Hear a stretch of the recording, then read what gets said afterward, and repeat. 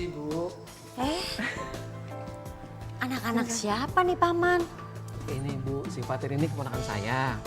Ini Randi, ini Bumi teman-temannya. Nah, kebetulan hari ini papanya dia ada acara mendadak Bu sama ibunya. Jadi ya dititipin ke saya. Tapi dia anaknya manis kok Bu. Kamu namanya siapa sih? Fatir, Namanya Fatir. Umurnya berapa? 6 tahun, 6 tahun. Rumahnya di mana sih? Taman Cipuit. Bu, kok keponakan saya kayak diinterogasi sih Bu? Paman, saya tuh lagi menjajal kemampuan komunikasinya Fatir. Oke kok. Oh oke Bu. Oke. Siapa dulu dong omnya? Ya kan, tos dulu dong. Soalnya kebetulan nih Paman, tema kita kali ini adalah kebijakan penanggulangan gangguan perkembangan pada anak usia dini. Yang barusan saya lakukan adalah observasi dini untuk mendeteksi apakah ada gangguan perkembangan dalam hal berkomunikasi. Komunikasinya Fatir bagus kok, gitu. Oh menarik juga tuh Bu, saya pengen ikutan deh Bu. Nah nanti saya amankan dulu nih Bu, Fatir dan teman-temannya dulu ya Bu. Nanti saya kembali lagi. Oke. Ya udah, aku Mari, Bu. juga mau nyapa pemirsa dulu. Ya. Dah. Dadah. Main deh anak-anak ya. Dah.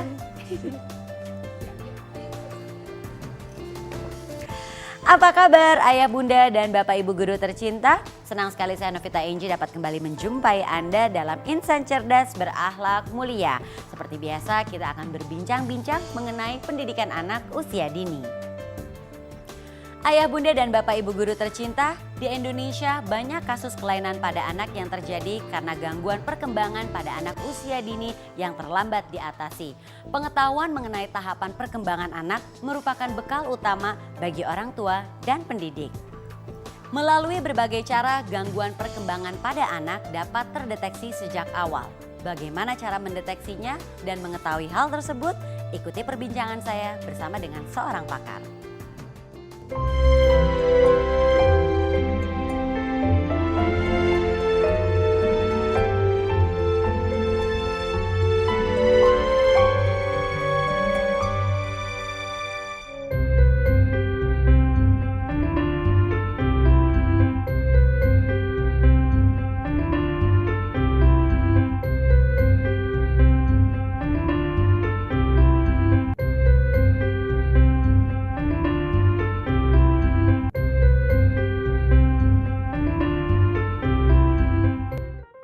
Ayah bunda dan bapak ibu guru tercinta, kita akan langsung memulai perbincangan kita karena narasumber kita, beliau adalah Dr. Adri Maiza SPSK, sudah bergabung bersama kami. Dr. Adri Maiza merupakan Ketua Litbang Himpunan Pendidik Anak Usia Dini. Apa kabar Dr. Adri Maiza? Ya, ini senang sekali dapat bergabung bersama saya di sini. Dan topik pembahasan kita hari ini adalah kebijakan penanggulangan gangguan perkembangan pada anak usia dini. Nah, hal utama apa nih Dok yang wajib diketahui oleh orang tua berkaitan dengan gangguan perkembangan atau kebijakan penanggulangan gangguan perkembangan pada anak usia dini? Ya memang masalah penanggulangan ini tadi permasalahan besar adalah masalah gizi, dua masalah perkembangannya sendiri. Nah masalah gizi adalah masalah kesehatan, tapi yang kita bahas adalah yang lebih kita tujukan adalah masalah perkembangan yang berkaitan dengan fungsi kognitif yang kita harapkan nanti bisa menjadi modal untuk anak bisa dididik. Nah programnya adalah bagaimana kita mendeteksi dini gangguan perkembangan. Deteksi dini kemampuan fungsional, bukan umur. Kemampuan fungsi apa yang dia miliki pada periode perkembangan otak tertentu pada umur tertentu. Jadi umur bukan patokannya, tapi kemampuan fungsional yang dia miliki. Nah, setelah dideteksi ini kita memiliki dua hasil gitu.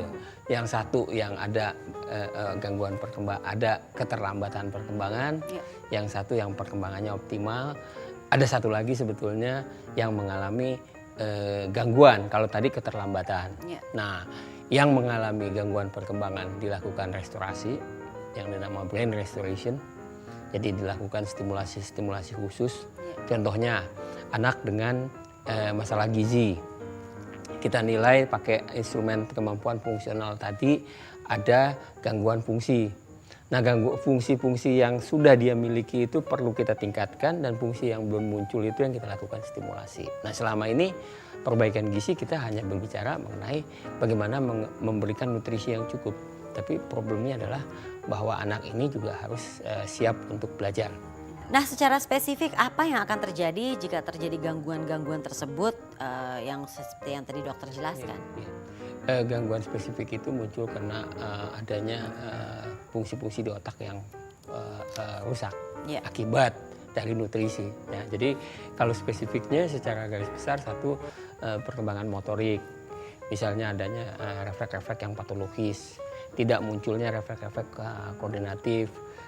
Ketiga adalah bahwa kemampuan koordinasi antara otot-otot itu kurang, ototnya jadi kurang kekenyalannya kurang, yang kita sebut sebagai tonus ototnya yang menurun, ya, atau justru juga tonus ototnya meningkat gitu. Nah, kegiatan-kegiatan yang berkaitan dengan tadi aktivitas sehari-hari, kita lihat pada anak ini juga jadi melambat gitu, reaksinya juga jadi lambat. Dok, sebenarnya pada anak usia dini yang paling sering terjadi tuh gangguan yang sifatnya fisik, pada perkembangan fisik atau psikologis ya dok? Kalau kita bicara fisik dan psikologis itu kan kita berbicara sebetulnya psikososial ya. Nah, mana yang lebih berperan? Fase sosialisasi itu memang penting buat anak, ya. Jadi lingkungan yang memberikan memberikan peluang anak untuk bisa berkembang itu yang lebih yang penting gitu. Nah, fisiknya sendiri tadi kalau kita bicara fisik tubuhnya anak, artinya pemberian nutrisi yang cukup. Kalau fisik otak, struktur otak itu fungsinya struktur otak itu tumbuh optimal. Dok, gangguan yang mana yang dapat dideteksi dan diatasi sejak dini nih dok? Nah, gangguan mana yang bisa dideteksi sejak dini? Pada dasarnya semua gangguan itu bisa kita deteksi sejak dini. Dengan pengertian setelah lahir ya. Kemampuan sekarang itu bisa menilai gangguan yang terjadi sejak dini. Nah, itu dengan menggunakan instrumen-instrumen pemeriksaan atau menggunakan dengan alat-alat. Baik dokter, kalau gitu kita istirahat dulu ya dok ya sejenak ya. Nanti kita akan kembali lagi ayah bunda dan bapak ibu guru tercinta membahas tentunya masih seputar penanggulangan juga yang harus kita pahami dan harus kita ketahui. Tentunya seperti topik kita hari ini yaitu kebijakan penanggulangan gangguan perkembangan pada anak usia dini. Jadi jangan kemana-mana.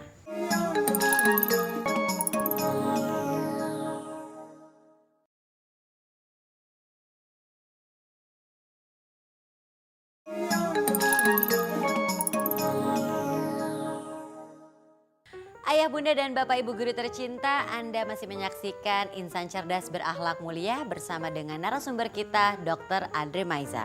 Dokter, lanjut lagi nih, kita ingin tahu bagaimana kita mengetahui kalau ada sesuatu yang salah terjadi dalam fase perkembangan anak usia dini nih.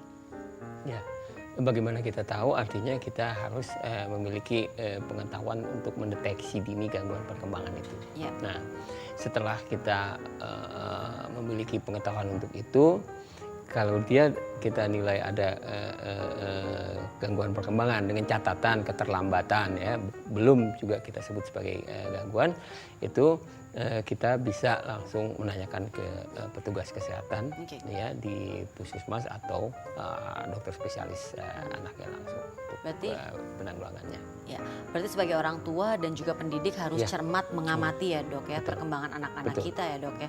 Nah, hal-hal apa saja yang harus diperhatikan kalau gitu dok? Ya, satu tadi yang penting bahwa anak itu kita nilai dapat bereaksi secara optimal tidak terhadap lingkungan. Nah, bereaksi terhadap lingkungan secara optimal, satu, penilaian kalau ke teman-temannya kemampuan interpersonalnya. Nah, kemudian kecepatan reaksi dia, kemudian kemampuan perhatian dia terhadap sesuatu yang terfokus dan dia juga bisa menyesuaikan perhatiannya dengan lingkungan yang berbeda-beda. Kemudian kemampuan bahwa dia memiliki kemampuan yang bisa dikontrol oleh dia sendiri ya. Kalau contohnya begini, bahwa hari ini aku bisa ini, kemarin aku nggak tahu ini gitu. Nah, itu penting sekali dalam proses pembelajaran PAUD ya, bahwa setiap anak harus memiliki kemampuan untuk menilai dirinya sendiri. Oke. Jadi tahap perkembangan itu sesuai dengan usia anak ya Iya. dokter ya. Nah, apakah observasi ini juga disesuaikan dengan perkembangan usia si anak nih dok? Iya jelas, memang patokan utama untuk kita menilai perkembangan umur. Tapi sekali lagi bahwa umur itu juga harus dikonfirmasi dengan perkembangan otaknya sendiri gitu ya. Nah, menilai kemampuan perkembangan otak itu menjadi bahan atau menjadi data kita untuk kita melakukan stimulasi, yang melakukan restorasi atau stimulasi pada anak. Oke, dokter sekarang kita akan menyaksikan sebuah tayangan mengenai orang tua dan juga pendidik yang melakukan observasi pada anak. Seperti apa bentuk observasinya? Mari sama-sama kita lihat dalam tayangan berikut ini. Untuk mendapatkan hasil yang lengkap, perkembangan anak usia dini bukan hanya diperhatikan di rumah, tetapi juga di sekolah tempat anak belajar.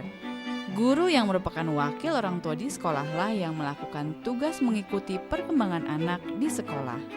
Para guru pun mengobservasi aktivitas anak di sekolah. Hasil pengamatan kemudian dicatat dalam sebuah buku yang dimiliki oleh setiap anak. Dengan begitu, orang tua pun dapat mengetahui perkembangan anak mereka di sekolah. Hasil pengamatan yang dicatat di dalam sebuah buku dimiliki oleh setiap anak. Dengan begitu, orang tua pun dapat mengetahui perkembangan anak mereka di sekolah. Setelah mencatat, para guru membuat analisis berdasarkan catatan yang diperoleh. Dari sini dapat diketahui apakah seorang anak berkembang dengan sebagaimana mestinya atau mengalami hambatan perkembangan. Catatan dari guru beserta hasil observasi tersebut kemudian akan ditulis ke dalam buku laporan yang akan diberikan kepada orang tua. Demikian tayangan yang baru saja kita saksikan berkaitan dengan observasi yang bisa dilakukan oleh orang tua dan pendidik agar kita bisa melihat apakah ada keterlambatan atau mungkin ada gangguan pada perkembangan anak-anak kita. Dok, lanjut lagi nih berkaitan dengan kegiatan observasi. Sebenarnya ada kegiatan apa lagi yang dapat membantu kita dalam hal observasi nih dok? Ya, observasi itu jelas memang penting dilakukan oleh seorang guru atau dan orang tua. Nah, observasi apa ya? Observasi pada waktu anak bermain, observasi pada waktu anak berinteraksi dengan teman-temannya, observasi pada waktu anak dia mau menyendiri atau dia melakukan sesuatu sendiri. Nah, observasi itu jelas dilakukan tidak di satu waktu tertentu, tapi observasi itu kita lakukan secara terus-menerus. Nah, memang salah satu metode yang terbaik kita lakukan observasi. Itu satu-satunya cara ya dok ya untuk mengetahui Iya. ya dok ya. Iya. Nah jika ada anak nih dok pada usia tertentu belum dapat melakukan aktivitas yang harusnya sudah dikerjakan pada usianya nih dok, ini kemungkinan ada gangguan pada perkembangannya atau ada hal lain nih dok? Iya, kita belum bisa bilang gangguan. Yang jelas ada proses perkembangan yang belum optimal, yang kita sebut sebetulnya immature brain.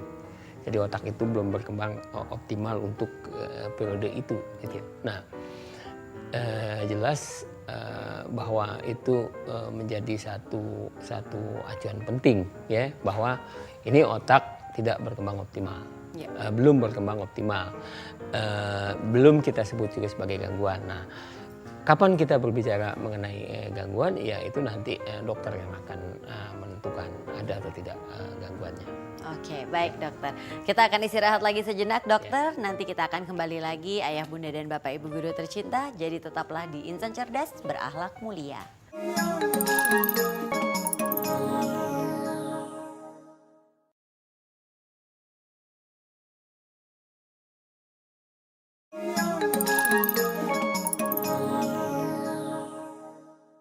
Terima kasih Anda masih menyaksikan Insan Cerdas Berakhlak Mulia. Kita lanjutkan lagi perbincangan kita bersama Dr. Adre Maiza. Dokter, siapakah sebenarnya yang harus mengobservasi agar mengetahui adanya gangguan pada perkembangan anak usia dini nih dok? Iya, yang jelas hari-hari berkaitan dengan anak itu kan orang tua. Ya. Jadi orang tua harus memiliki kemampuan untuk mengobservasi kemampuan-kemampuan fungsi yang harus dimiliki seorang anak.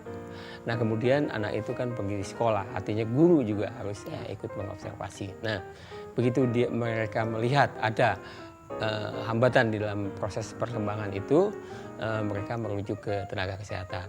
Nah itulah keterkaitan antara pendidikan dan kesehatan.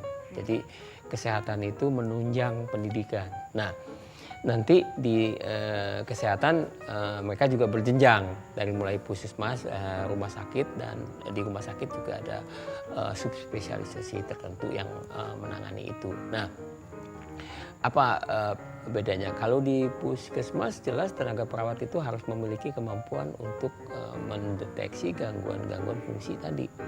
Nah kemudian dia juga memiliki kemampuan untuk menangani sementara di situ.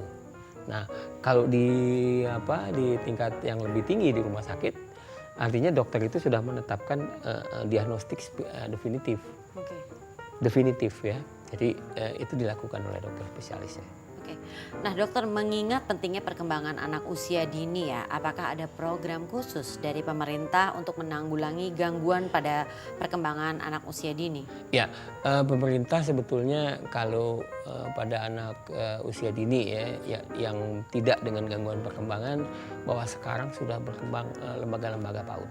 Itu adalah salah satu usaha pemerintah untuk itu. Nah, yang kedua adalah pemerintah juga punya program untuk menanggulangi masalah-masalah yang berkaitan dengan gangguan perkembangan, yaitu masalah gizi. Nah, kaitan dari itu dua yang sebetulnya kita harapkan dapat mengoptimalkan kemampuan-kemampuan fungsional yang harus dimiliki seorang anak. Oke. Dok, jika si anak memang harus menjalani terapi nih, atau mungkin juga perawatan, atau mungkin rawat jalan gitu. Sebagai orang tua dok, di mana nih kita bisa mendapatkan informasi yang dapat membantu orang tua nih dok?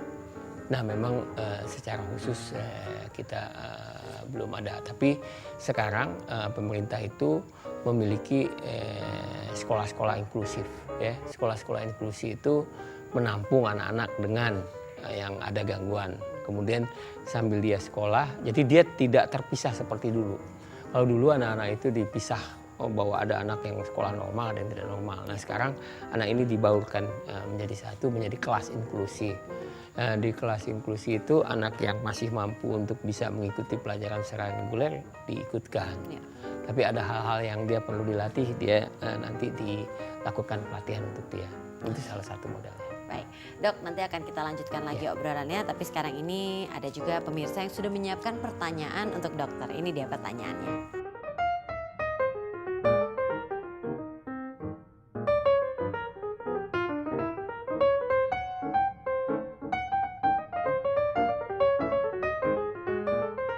Terima kasih banyak pemirsa atas pertanyaannya. Mungkin akan langsung dijawab oleh dokter. Ini berkaitan dengan autis dok. Gimana? Memang autis itu merupakan gejala yang sekarang banyak dicemaskan masyarakat ya, khususnya orang tua ya. Sedikit-sedikit dia takut kalau anaknya bermasalah, dia tanya ke kita, ini autis atau bukan gitu. Nah permasalahan yang paling penting adalah anak